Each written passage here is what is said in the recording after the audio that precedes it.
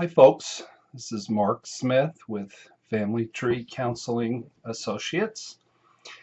And I was at the movies last night, minding my own business, uh, frankly, just trying to enjoy myself and not really looking for any material to share in a video. And there was one line in the movie I went to that just jumped out and just grabbed hold of me and sent electric shocks through me. I went to the movie Dunkirk, and in one particular scene, there was a soldier who clearly had PTSD, and a young man who didn't understand this soldier. And this young man's father, played by the actor Mark Rylance, played a character named Mr. Dawson. He said of this soldier, in the movie, the only name for this soldier was the Shivering Soldier. I felt like a shivering soldier for the last 2.5 years. But he said of this man, he's shell-shocked. He's not himself. He may never be himself again. Bang. I just totally was, I just saw a million experiences in those few words. So what I'm going to do is I'm going to share from a couple of blogs about the movie to give you just a little bit of background. But here is the title of the video. Shell-shocked PTSD survivors deserve grace, empathy, kindness, and respect. Shell-shocked PTSD survivors deserve grace, empathy, kindness, and respect. That's not always what we get, is it, folks? Okay, so the first blog is by a blogger named Chris Evangelista, and it's entitled Dunkirk Spoiler Review, Never Surrender. And I'm just reading these short blogs to give you context about the movie and how it fit in with this particular shivering soldier's PTSD issues. Unable to land larger ships at Dunkirk, the British recruited an armada of privately owned smaller civilian boats to assist with the rescue operations. Dunkirk represented this through the crushingly stoic Mr. Dawson, played to perfection by Mark Rylance. The actor brings a quiet dignity to all of his roles. You would recognize this actor. You probably don't recognize his names, but you would recognize him. He's been in a lot of movies. The actor brings a quiet dignity to all his roles, and Dunkirk may be one of his finest roles to date. Mr. Dawson is quiet where others are loud, and he sails forward to Dunkirk knowing that death may await because it's the right thing to do. Accompanying him is his teenage son Peter and George, a young family friend. Aboard their boat, the Moonstone, the three brave the waters and whatever dangers lurk ahead. In their journey, they come upon a sinking ship with a solitary, shivering soldier perched upon its upturned hull. This movie is directed by Christopher Nolan. So the blogger says, in true Nolan non-linear time fashion, we're given two distinct glimpses of the actor who played the shivering soldier is named Cillian Murphy. So we're giving two distinct glimpses of Murphy's shivering soldier character. Our first encounter with the shivering soldier is when Mr. Dawson rescues him, pulling him aboard the Moonstone. It becomes apparent very quickly that the soldier is suffering from PTSD, or shell shock, as Mr. Dawson refers to it. Having survived a torpedo attack, the shivering soldier is reluctant to go below deck of the Moonstone. After all, it's easier to escape a sinking vessel if you're already above the water. Later, however, Dunkirk goes back to the events taking place over a week-long period on the beach. Here we see Murphy's character before the sinking of the ship. He's confident, even cocky.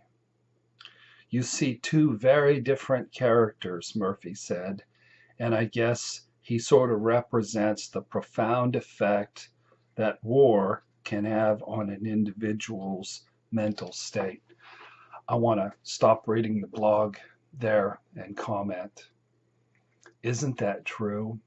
Before our shattering, many times we're confident people. We don't realize how much danger we are in. We don't realize how fragile life is. And then we're crushed by not war, but we're crushed by, I believe, the number one cause of PTSD. The number one cause of PTSD isn't war. It's probably not even in the top 25. The number one cause of PTSD is narcissistic abuse. The shivering soldier is at odds with Mr. Dawson and his teenage son and young friend. Yet while a lesser film may have turned this character into some sort of antagonist, Dunkirk remains compassionate with the soldier with PTSD, even after terrible things happen. So averse to returning to Dunkirk is the shivering soldier that he ends up causing a skirmish aboard the ship, resulting in a terrible injury to George. After George is injured, the soldier recedes into the background, cowering in a corner of the boat, haunted, a damaged soul. Doesn't that describe us? We're fearful. Sometimes we lash out at people. Sometimes people accidentally get hurt and we go hide, haunted and damaged.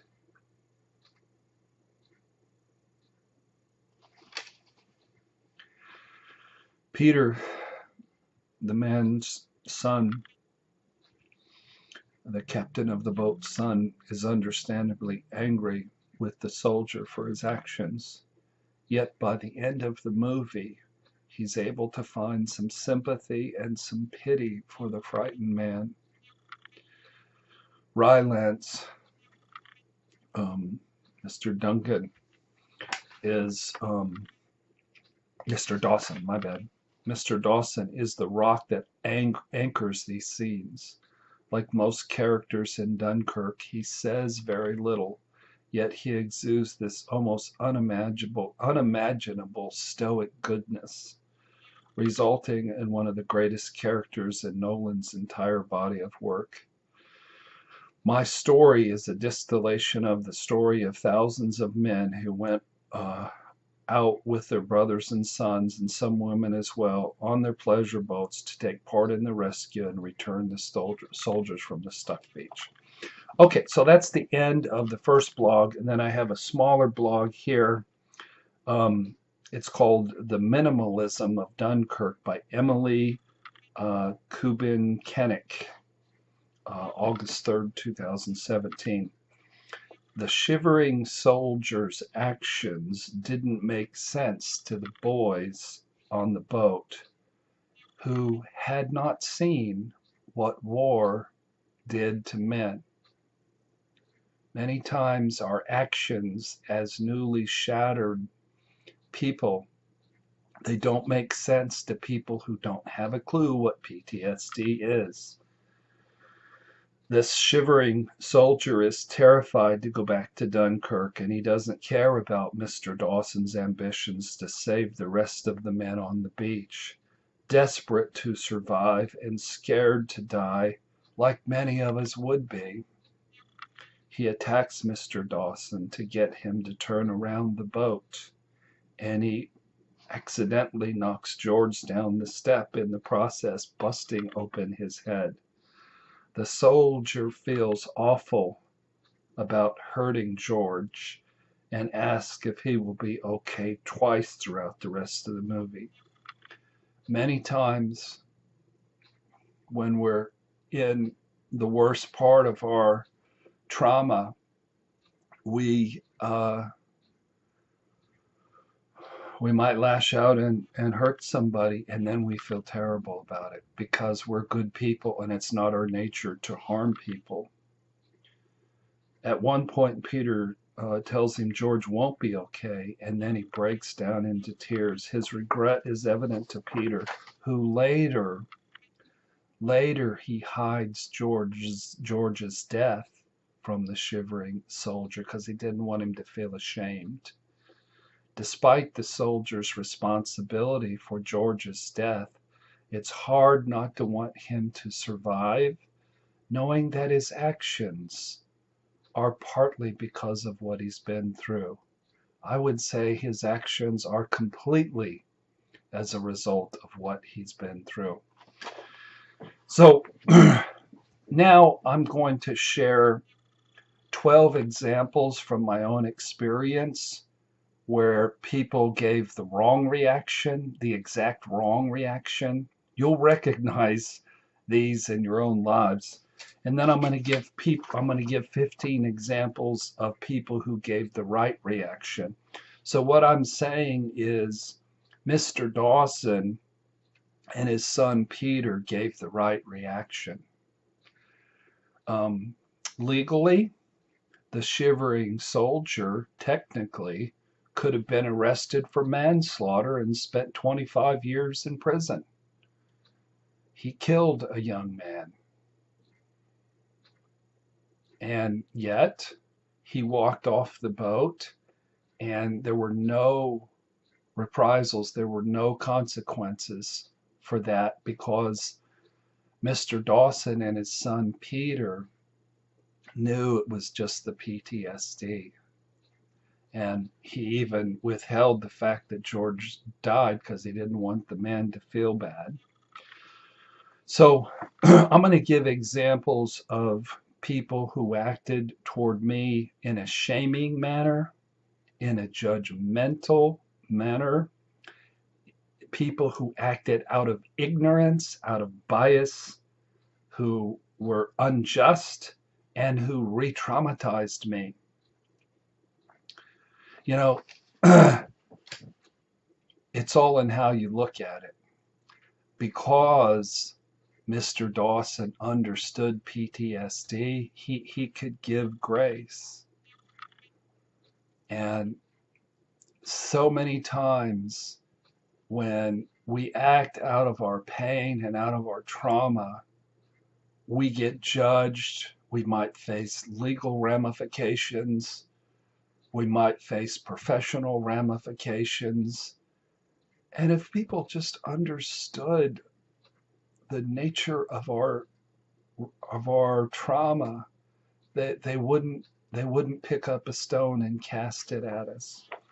And then I'm going to give 15 examples in my own life where I was given grace, where I was given understanding and empathy and patience and support and kindness and respect. And I was the same man the whole time. It's just, if you're ignorant, or if you're a flying monkey, or if you're driven by a need to rescue, or if you're just a reactive person who has very little understanding, you're going to look at the same behaviors and you're going to be so harsh. So the 12 examples I could think of where I was shamed, judged, reacted to with ignorance, bias, injustice, and then re-traumatized was number one from the narcissist herself. I only had really one contact with her after I dropped her at a treatment center in May of 2015. And it was a phone contact, and she was angry, defensive, victimy. I remember I was talking about, hey, yeah, I've done some things out of my PTSD, but what you did was 50 million times worse. And she said, we're not talking about quantity. And I'm like, fuck you, we are too talking about quantity. I wish I'd have said that, but I was shell shocked. And I was dealing with a vicious narcissist and the little boy inside me. What she said was, she said, you've done crazy things. So I was given the moniker crazy, when in reality, she was crazy making. The second example of shame, judgment, ignorant bias, injustice, and re-traumatization is the treatment center, the Bridge to Recovery in Kentucky.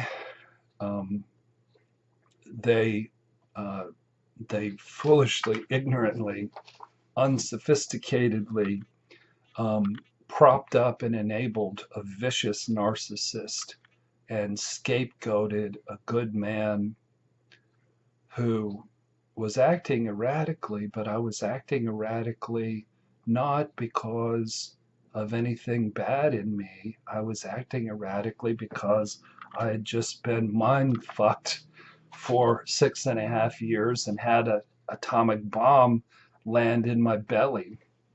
I was lit on fire and then I was screaming. Again, anybody who considers going to the Bridge to Recovery, I would discourage it because they're unprofessional and they're incompetent. The narcissist flying monkeys, the family members they just had this negative energy. Narcissists can spread their bile and their poison, and next thing you know, you're feeling all this negative energy, and you're like, where is it coming from? I had a staff member who was a rescuer, who was ignorant and who did damage. I was in a men's group with people who were reactive and they were ignorant and they re-traumatized me.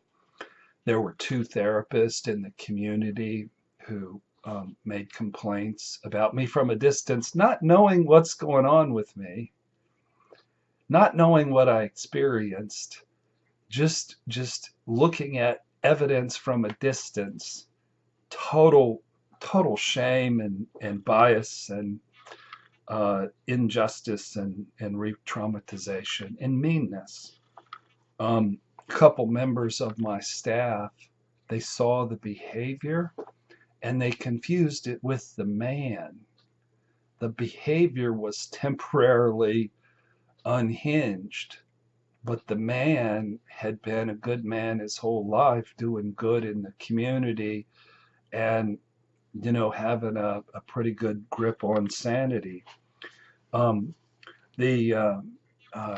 There was a very, very ruthless flying monkey who was supposed to be a legal professional, and she was vicious and insanely biased and insanely unprofessional, insanely judgmental, so unprofessional. I would, at a treatment center I went to, it was a good treatment center, but be careful of treatment centers shattered people because they're filled with borderlines and flying monkeys. Treatment centers are not safe places. And I got a lot of shame, judgment, aggression, triangling viciousness in a treatment center. The 10th example I can think of was one of my sweet kids, and she didn't understand PTSD, and she was stuck on a cruise ship with me about 2 weeks after I was shattered. And she was traumatized by my trauma, but she didn't at the time have the insight or the understanding to give me grace. My best friend, even, who's still my best friend, but during my darkest hours, he was rejecting me and throwing rocks because he didn't understand PTSD. And then I had several family members who were just vicious and shaming and nasty. So enough of those knuckleheads. Now I'm going to share 15 people who gave grace and understanding and empathy and forgiveness and patience and support and kindness and respect. The top of that list would be my wife. She wasn't my wife at the time. We weren't even dating. She was just a friend who saw a broken man. And she just gave me so much grace. It's so important to have people around you who understand the nature of they don't see the brokenness, they don't see the rage, they see the wounded little kid underneath. And Renda constantly saw that and reminded me of the beauty that was in the man and in the boy. My kids were actually, after that first little cruise, that all three of my kids were tremendously supportive. My son lent me the money to go to the treatment center that helped to save my life. My therapist, Paul Hartman, was very helpful and very kind. The rest of my staff was loyal, and they remembered the man and supported the man. On-site workshops near Nashville, Tennessee, a fabulous place. My massage therapist, Deb Ward, who is available in Carmel about once a month if you want to get an inexpensive, fantastic massage. My long-term therapist, Rick Gustafson. When I was in St. Joe, Michigan, a man let me stay in his home for about 3 weeks, 2 different time periods. His name is Frank. And he was gracious to me when I needed a place to stay. I needed to be away from Carmel, Indiana. And he made it possible because I could not afford a hotel. You know who has been gracious and kind and supportive is you folks. I've gotten some of the most beautiful, supportive comments. I've got some of them taped up on the wall because it's been so life-changing to hear from you guys. There was an incident where at my worst, I was out to do danger to somebody, and my kids picked up on it. They called the police. The police knew who I was, and they came and they were so kind. I thought they were going to snuggle me, be honest with you. They were so kind because they understood I was a good man having PTSD. My neighbors, my friend Michael, my brother. There was an experience on the cruise ship the first day where you do the muster, and they wanted me to go into a room and sit in a crowd, and I was so claustrophobic I couldn't do it. And I said, can I please sit over here where I can be by myself? And the staff member said, yes, you can, sir. And I love that. And many of my clients, even though on the surface it appeared that I was an impaired professional, many of my clients have returned and they've realized that I ain't impaired no more. And if I was impaired, it wasn't any ethical breach on my part. It was simply complex PTSD, which was not my choice to have. So let me share this again, the comments from Mr. Dawson in the movie Dunkirk. He's shell-shocked. He's not himself. He may never be himself again. Part of why that resonated with me was we may never be ourselves again, folks. You know, we make these videos, we talk about self-care and healing PTSD and therapy and EMDR. All that stuff's great. I don't think I'm ever going to be the same after April 26th of 2015. I'm so much better. Oh my God. I honestly, I haven't been happier in 20 years than I am now. And I'm thriving like a boss down here on the beach, let me tell you. But I still have remnants of complex PTSD, and I always will. That shivering soldier who saw the torpedo coming to his U-boat and saw every man on his boat die and saw the horrors of war, Mr. Dawson said he may never be himself again. So let's not judge the man's behavior. He's shell-shocked. He has PTSD. He's not himself. But that's the goal, is to not only return to who we were, but to return to a far better version of who we were.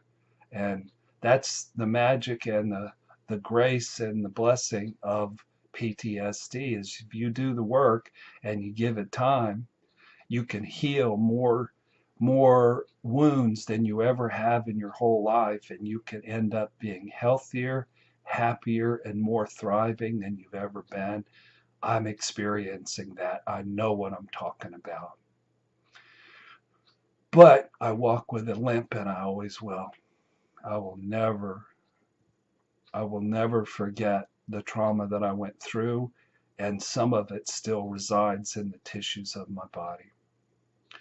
So I want you guys to think through the people in your life and make a list. Who are the ones who gave you grace and understanding and patience and support? And who are the ones who looked at the very same person and the very same behavior and made you out to be the devil, out of their own agendas and out of their own ignorance? Makes me angry when people do that.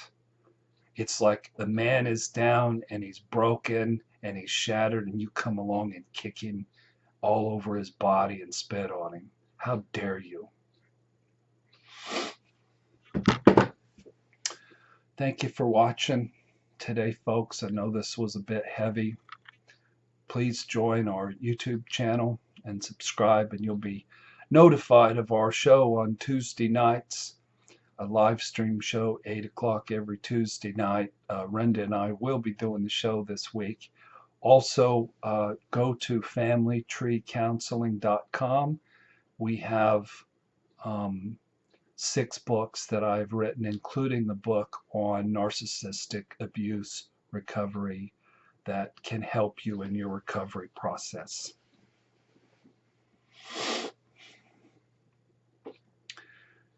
So be gracious with yourselves. Be kind to yourselves. Be supportive to yourself. Give yourself empathy, and give yourself respect. That's the thing that makes me the angriest, is I was disrespected by people who had no clue that you might look like you're unhinged, but if you survive this and you manage to help other people, you're a hero and you deserve respect. So make that list and think about those people that have helped you, and then go to them and thank them. So I hope this has been helpful for you folks. Thank you for watching, and God bless.